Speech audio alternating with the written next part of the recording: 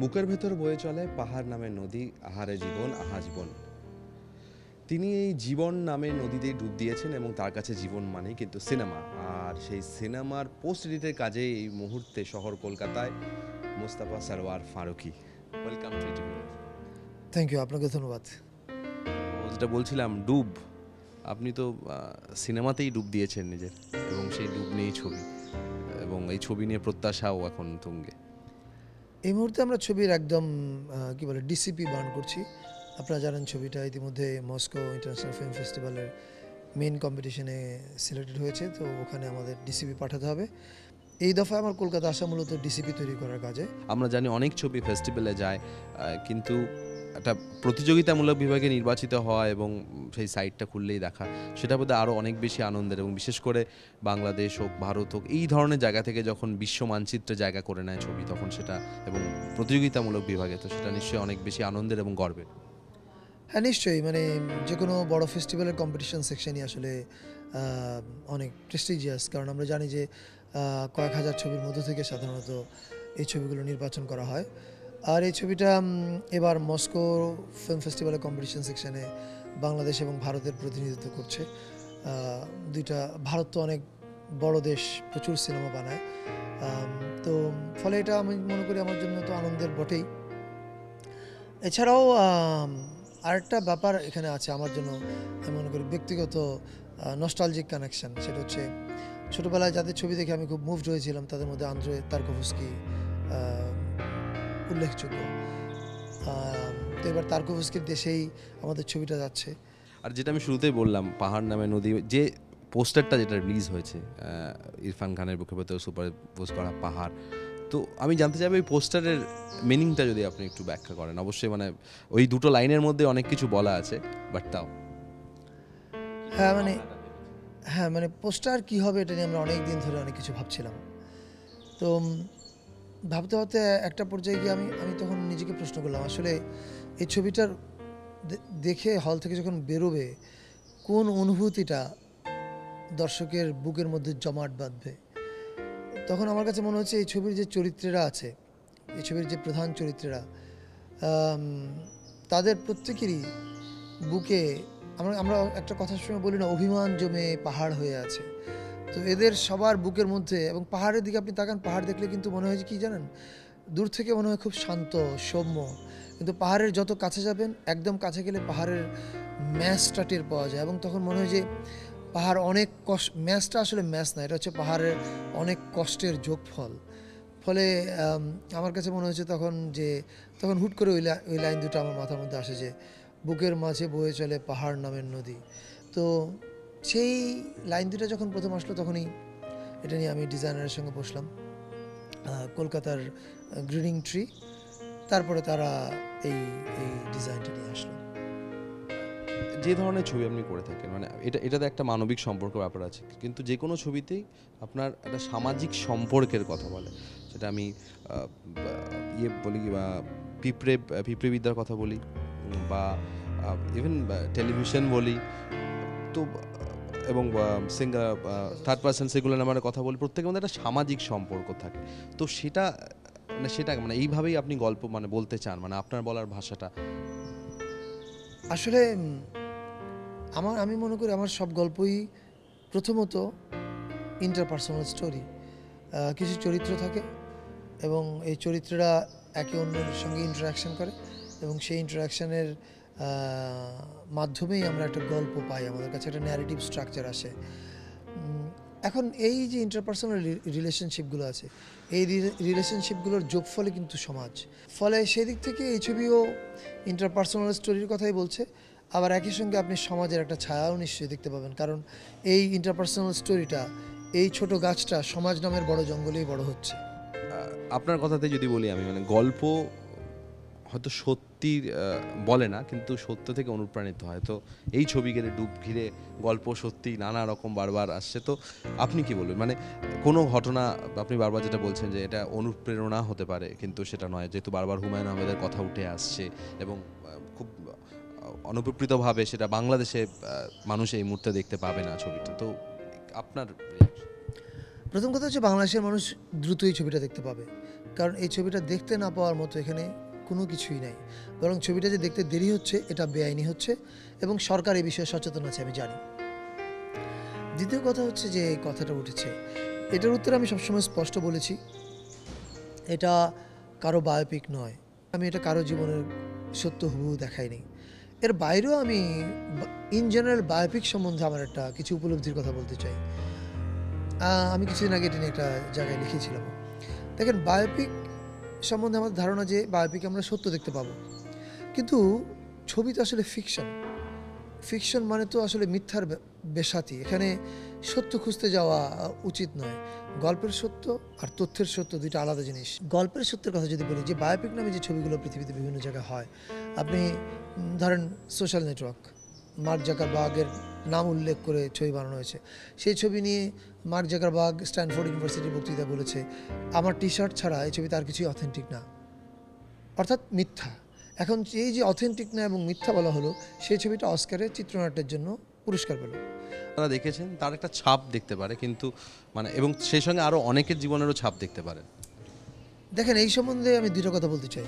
আমি সবসময় মনে করি আমার সকল ছবি আত্মযৌবনিক। যেটা আমার নিজের জীবন নিয়ে বানিয়েছি সেটাও আত্মজীবনীমূলক, যেটা আমি অন্যের জীবন নিয়ে বানাই সেটাও আত্মযৌবনিক।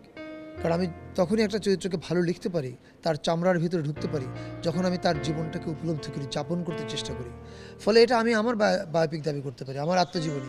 এখন ছবিটা দেখতে গিয়ে কেউ অনেকের জীবনের সঙ্গে মিল খুঁজে পেতে পারেন, খুঁজে পাবেনই, স্বাভাবিক। এর কারণটা হচ্ছে আমরা গল্প জীবন থেকেই নেই। এমনকি যিনি হুমায়ুন আহমেদ সাহেব, আমি যার অনেক বড় ফ্যান, আমরা বড় হয়েছি যার অরার মধ্যে, যার লেখা পড়ে। হুমায়ুন আহমেদ সাহেবের গল্পগুলো কিন্তু আকাশ থেকে আসেনি, এই গল্পগুলো কারো না কারো জীবন থেকে ইন্সপায়ার্ড। তো যেটা জানতে চাইবো, ইরফান খান কেন? তাকে কাস্ট করার ব্যাপারটা কি, তার সঙ্গে আমার কোনো পরিচয় ছিল না। আমি যখন স্ক্রিপ্টটা লিখছি তখন আমি বারবার তার চোখটা দেখছিলাম এই চরিত্রে। তখন আমি তিশাকে বলছিলাম, যিনি এই ছবিরও একজন প্রোটাগনিস্ট, ঘটনাচক্রে আমাকে উনি বিয়ে করেছেন। তো আমি তাকে বলছিলাম যে আমি না এই ছবিতে এই চরিত্রে বারবার ইরফান ভাইয়ের চোখ দেখছি, কিন্তু ইরফান ভাইয়ের চোখ দেখলে হবে না, আমার শুটিং 2-3 মাসের মধ্যে। এত দ্রুত তার শিডিউল পাওয়া টাফ, কারণ তার বলিউড, হলিউড নানা রকমের প্রজেক্ট আছে, এবং উপরন্তু তার সঙ্গে আমার কোনো পরিচয় নেই। তারপরেও আমার একজন বন্ধু ছিল, আমার মুম্বাইতে অনেক বন্ধুর মধ্যে একজন বন্ধু, ওনাকে আমি একটা চিঠি লিখি, কারণ উনি ইরফান ভাইয়ের সঙ্গে একটা ছবি করেছিলেন, কিসা, অনুপ সিং। চিঠি পাঠানোর পর উনি আর চিঠির উত্তর দিচ্ছেন না অনেক দিন। আমি তখন অন্য একজন অভিনেতাকে প্রায় কাস্ট করে ফেলছি। এই অবস্থায় অনুপ সিংয়ের চিঠি আসলো, হে মুস্তফা ভাই, I was busy in shooting. শুটিংয়ের মধ্যে ছিল এবং ঘটনাচক্রে শুটিং করছিল ইরফান ভাইয়ের সঙ্গে, ইরফান এবং গোলশিফতে ফারহানির সঙ্গে। এবং উনি বললেন, আপনি এক্ষুনি আমাকে স্ক্রিপ্টটা পাঠান। তো আমি পাঠালাম। তারপর নানান নাটকের পরে উনি স্ক্রিপ্টটা পড়লেন, পড়ার পরে উনি ইউটিউবে আমার একটা কাজ দেখলেন, সাবটাইটেল ছাড়া, পিঁপড়াবিদ্যা। এটা দেখার পরে নাকি পরে উনি আমাকে বলেছেন যে উনি হাসতে হাসতে খাট থেকে পড়ে যাচ্ছিলেন। কিন্তু যে স্ক্রিপ্টটা পড়লেন আমার, এটা একদমই ওই ছবি চেয়ে আলাদা, কারণের মধ্যে এই হাসতে হাসতে পড়ে যাওয়ার কোনো ব্যাপারই নেই। এটা ইজ এ ভেরি অসহায়, হার্ট রেঞ্চিং গল্প। তো এই দুইটা জিনিস ওনার সামনে উপস্থিত।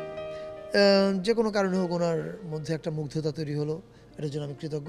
কিছুদিন আগে আমার বুদ্ধের দাশগুলোর সঙ্গে কথা হচ্ছিল, তিনিও বলছিলেন যে হয়তো সবাই দেখে না ছবি, বা হয়তো নট ফর মাস, বাট উনি সবসময় বিশ্বাস করেছেন, উনি যেটাতে বিশ্বাস করেন উনি সেভাবেই ছবি করবেন। তাহলে যে কজন দেখবে বা তাদের জন্যই ছবি দেখবেন, সেটা কম হতে পারে সংখ্যায়, কিন্তু তো আপনিও সেই ধরনের বিশ্বাস, মানে আপনার একটা বলার ধরন, আপনি যে ধরনের ছবি, কারণ বাংলাদেশেও অন্য ধরনের ছবি হচ্ছে। আমি সবসময়, আমি যেহেতু অশিক্ষিত মানুষ, অশিক্ষিত হওয়ার সুবিধাও আছে, অসুবিধাও আছে। অশিক্ষিত হওয়ার অসুবিধা হচ্ছে আপনি অনেক ভুলভাল করবেন, আর সুবিধা হচ্ছে আপনি যেহেতু কোনো ব্যাকরণ জানেন না, ফলে আপনি আচমকা অনেক নতুন কিছু করে ফেলবেন, নতুন রাস্তা খুলে ফেলবেন। এটা হচ্ছে অশিক্ষিত হওয়ার সুবিধা। আমি যখন শুরু করি তখন আমি আমার মধ্যে এই অজ্ঞতার সৌন্দর্য ছিল, এবং না জানার একটা অডাসিটি ছিল। আপনি যখন কিছু জানবেন না তখন আপনি অনেক উদ্ধত্তপূর্ণ হবেন, আপনার জ্ঞানের সঙ্গে সঙ্গে কিন্তু আপনার উদ্ধত ভাব কমে আসবে। তখন আমার অনেক উদ্ধত ভাব ছিল, ফলে আমি নানান কিছু এক্সপেরিমেন্ট করতাম, মনে যা আসে এভাবেই গল্প বলতে চাইতাম। এটা করতে করতে আমার একটা স্বভাব তৈরি হয়েছে, আমার গল্প বলার হয়তো একটা ভঙ্গি তৈরি হয়েছে। সেটা কি, এটা গবেষকরা গবেষণা করে আমি মারা গেলে হয়তো বলবে। একটা কথা আমি সবসময় বিশ্বাস করি, শুধু সিনেমা না, যে কোনো শিল্পের ক্ষেত্রে, কবিতা হোক, উপন্যাস হোক, পেন্টিং হোক, শিল্পকর্ম আসলে শিল্পীর স্বভাবের অনুবাদ, চরিত্রের অনুবাদ। আহ, আমার সিনেমায় হয়তো আমার স্বভাবের বা চরিত্রের অনুবাদ টের পাওয়া যায়। এই জন্যেই যারা আমাকে ভালোবাসেন তারা ভালোবাসেন, যারা আমাকে অপছন্দ করেন তারা অপছন্দ করেন। এই জায়গা থেকে আমি আসতে যাবো, মানে পৃথিবী হতে পারে, বাংলাদেশের কথাও যদি হতে পারে, এই মুহূর্তে যে সন্ত্রাসবাদ বলুন বা ধর্ম সংস্কৃতি, এই যে বিভিন্ন পৃথিবী জুড়েই হচ্ছে, বাংলাদেশে হচ্ছে, পৃথিবী জুড়ে হচ্ছে, সেটা কতটা আপনাকে যন্ত্রণা দেয়, বিশেষ করে নিজের দেশে যখন? শুধু বাংলাদেশ না, আমি যদি সারা পৃথিবীর দিকে তাকাই, আমি প্রায় লিখি এটা, পৃথিবীতে একটা গ্রেটনেস ম্যানিয়া চলছে। কেউ ইসলামের গ্রেটনেস জারি করার জন্যে মানুষ খুন করছে, কেউ হিন্দু ধর্মের গ্রেটনেস জারি করার জন্যে মানুষ খুন করছে, কেউ সাদাদের গ্রেটনেস জারি করার জন্যে মানুষ খুন করছে, কেউ কালোদের গ্রেটনেস জারি করার জন্যে হয়তো সাদাকে অ্যাটাক করছে। এই যে একটা গ্রেটনেস ম্যানিয়া চলছে, এটা খুব বিপজ্জনক পৃথিবীর জন্যে। সারা পৃথিবীতে এখন একটা ইনটলারেন্সের রাইজ চলছে, মুক্ত চিন্তা সংকুচিত সব জায়গায়। এই যন্ত্রণার জায়গা থেকে যেহেতু বারবার আমরা ফিরে দিচ্ছি, কোথাও কি মানে মানে এই বিষয় নিয়ে ছবি করার কথা মাথায় ঘুরছে এই মুহূর্তে দাঁড়িয়ে? আমার সব ছবিগুলোর দিকে যদি আপনি তাকান, বেশিরভাগ ছবিতেই হয়তো এই ইনটলারেন্স এবং অ্যাকোমোডেশনের কথা বলা হয়েছে। সামনে আমি যে ছবিটা করব সেটাতেও অনেক স্পষ্টভাবে এই প্রসঙ্গগুলো থাকবে।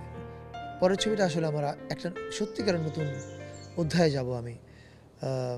গল্পের দিক থেকে তো বটেই, টেকনিক্যালি এটা আমার একটা ট্রিলজি শুরু বলা যেতে পারে, মানে টেকনিক্যাল টার্মসে। এখানে বাংলাদেশ, রাশিয়া, জার্মানি এবং ইন্ডিয়ার কাস্ট, ক্রু এবং প্রডিউসারদের একটা ইনভলভমেন্ট থাকবে। শেষের দিকে এসে যেটা জানতে চাইবো, যেহেতু বারবার হুমায়ুন আহমেদের কথা হচ্ছিল, তো আপনি যারা এই বিরোধিতা করছেন তাদের কি বলতে চাইবেন, বিশেষ করে শাওন কিছু বলতে চাইবেন যে এই যে ছবিটা না দেখার আগেই বিরোধিতা নিয়ে, বা ছবিটা দেখার পরে কি বলবেন? না, আমি তাকে কিছুই আমার বলবার নেই, কারণ আমি আমার গল্প বানিয়েছি, আমি আমার ছবি বলেছি। তার যা বলার উনি বলছেন সেটার কোনো উত্তর দেওয়ার ইচ্ছা আমার নেই।